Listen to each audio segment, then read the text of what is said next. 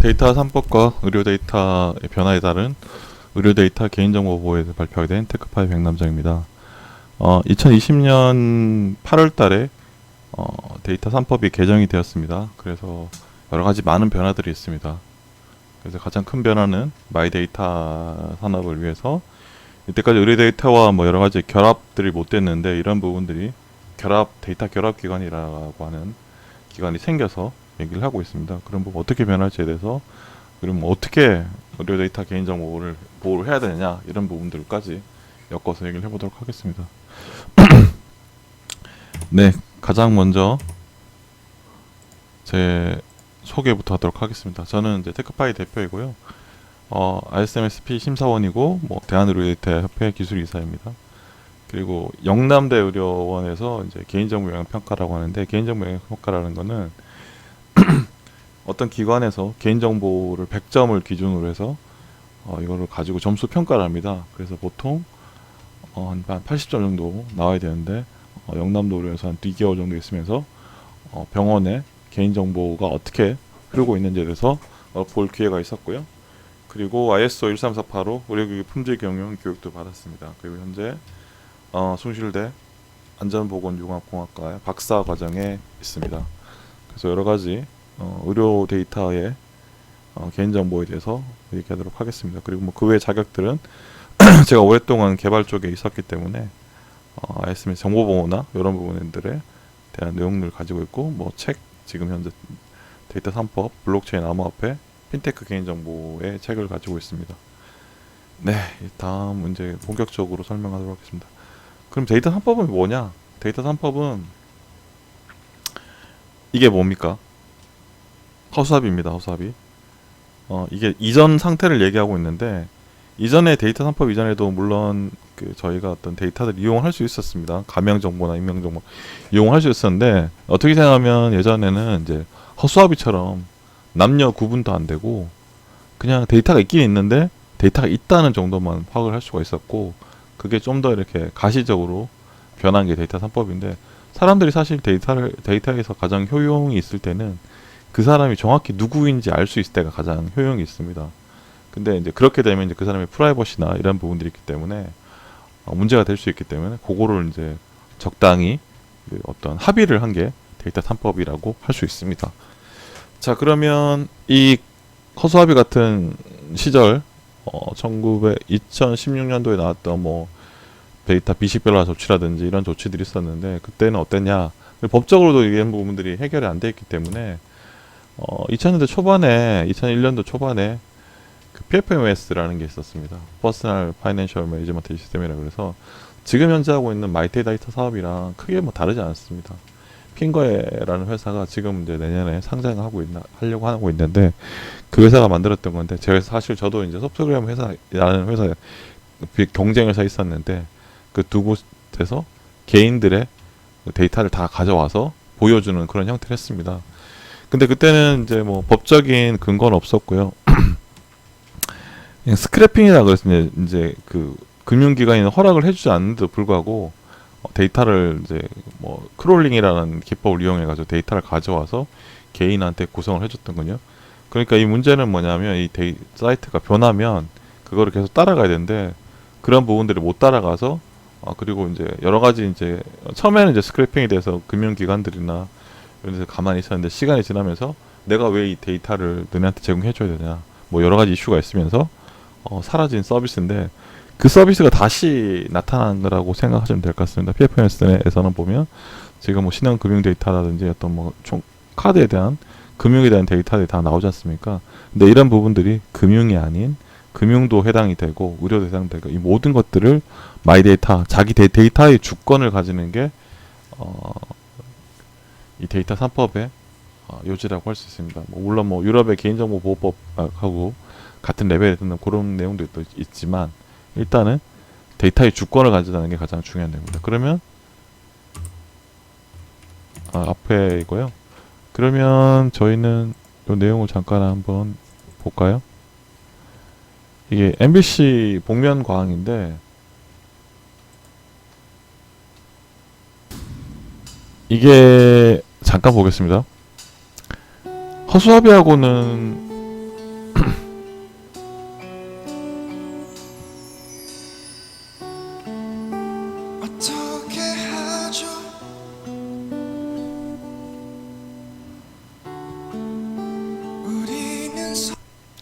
지금 아까 앞에 보였던 허수아비하고는 사실 같은 내용이라고 할 수 있어요. 허수아비는 근데 누군지를 몰랐잖아요. 근데 허수아비는 남녀 구분도 안 됐는데 여기서 이제 남녀도 구분이 되고 신체적 특징도 나오고 하지만 누군지를 알 수는 없잖아요. 근데 아까도 말씀드렸지만 가장 모든 걸 아는 게 가장 좋은 게 데이터 3법이지만 그 중간에서 이제 하고 있는 것도 이제 중요한 역할이기 때문에 이런 부분들 데이터를 제공하는 MBC나 김성주 아나운서에서 알고 있지만 이 데이터들을 조합해서 사람들이 활용할 수 있게 만들어주고 그걸 누군지를 모르게 만들어주는 게 데이터 3법 핵심이라고 저는 이제 데이터 3법은 복면가왕이라고 생각합니다. 사용자들이 어느 정도 윤곽을 해서 마케팅에 활용할 수 있는 거. 실제로는 저 사람이 남자로 확실히 보이지만 남자고 20살이고 뭐 22살이고 재산이 얼마인지까지 알 수 있지만 알면 가장 좋겠지만 그게 아닌 레인지 정도만 줘도 충분히 이제 마케팅에 활용할 수 있도록 만들어 주는 게 아까처럼 이제 그 허수아비가 아닌 어느 정도 활용할 수 있는 데이터를 만드는 게 데이터 3법이라고 할 수 있습니다.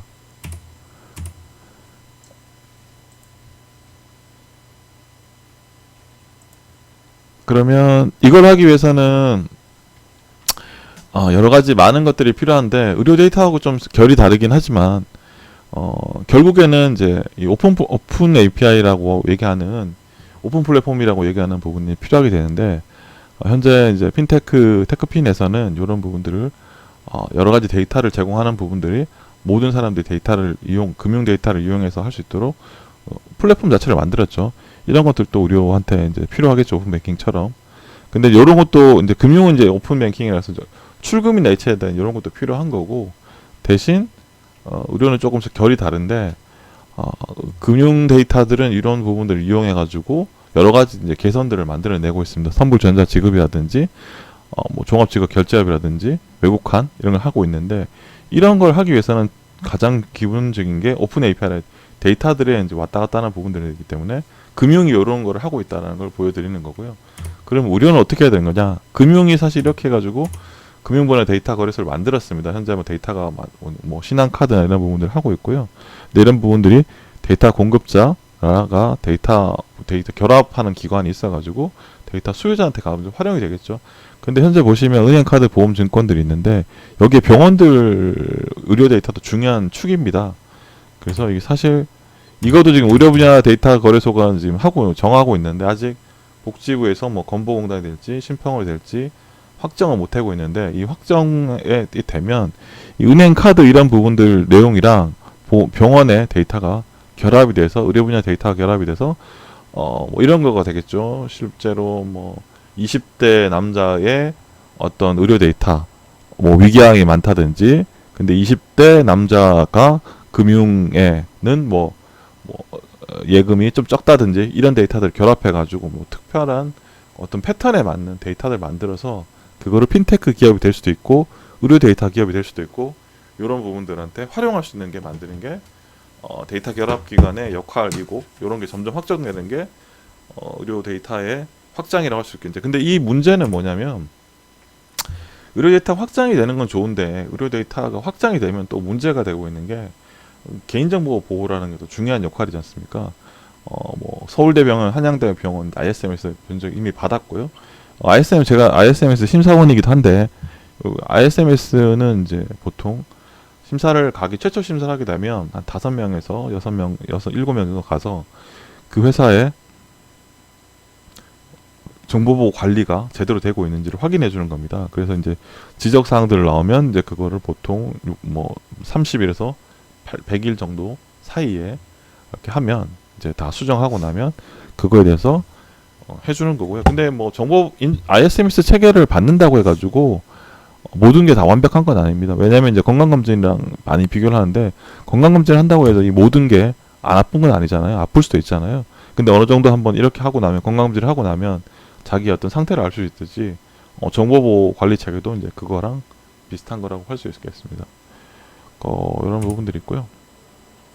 정부에서는 현재 과기부에서는 이제 정보 주체를 정보 주체 나를 이제 개인 데이터를 활용한 마이데이터 사업을 추진하고 있는데 그 중에서 두 꼭지가 의료 분야입니다. DID라는 게 있는데 분산 원장이라는 게 뭐냐면 이제 실제로 뭐 블록체인 시대의 여권이라고 생각하시면 될 것 같아요.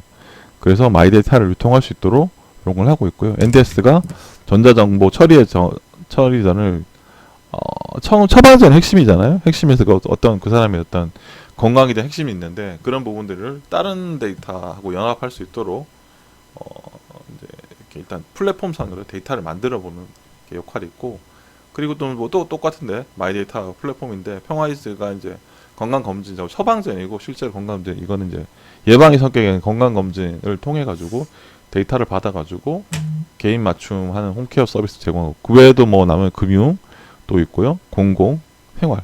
핵심은 저희는 마이데이터에서 핵심은 금융하고 의료라고 생각합니다. 그 외에 많은 데이터들이 있겠지만 금융하고 의료가 결합했을 때 가장 시너지가 될 것으로 보고 있습니다. 근데 이런 부분들을 이제 문제는 뭐냐면 개인정보 데이터가, 사실 데이터는 가장 좋은 건 안 쓰는 게 개인정보에 가장 좋은데 그럴 수는 없잖아요. 그러면 이제 어떤 식으로 이제 개인정보에 대해서 처리를 해야 될 것이냐. 이제 2017년도 나온다는데 블록체인의 의료정보 시스템 적용 예시인데, 의료정보를 요청하게 되면 추출된 의료정보를 제공해야겠죠.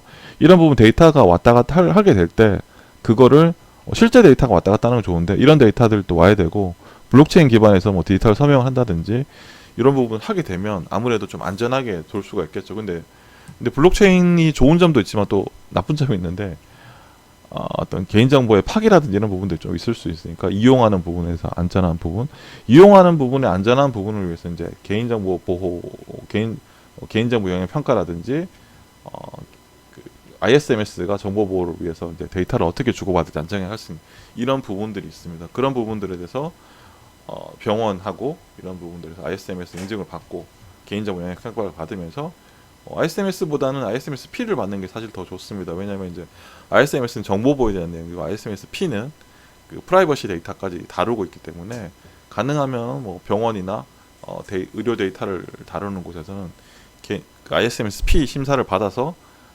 개인정보가 어떻게 잘 지켜지고 있는지, 유통되고 있는지 확인하는 게 좋고요. 이런 식의 블록체인을 활용하는 것도 좋은 사례라고 할 수 있습니다.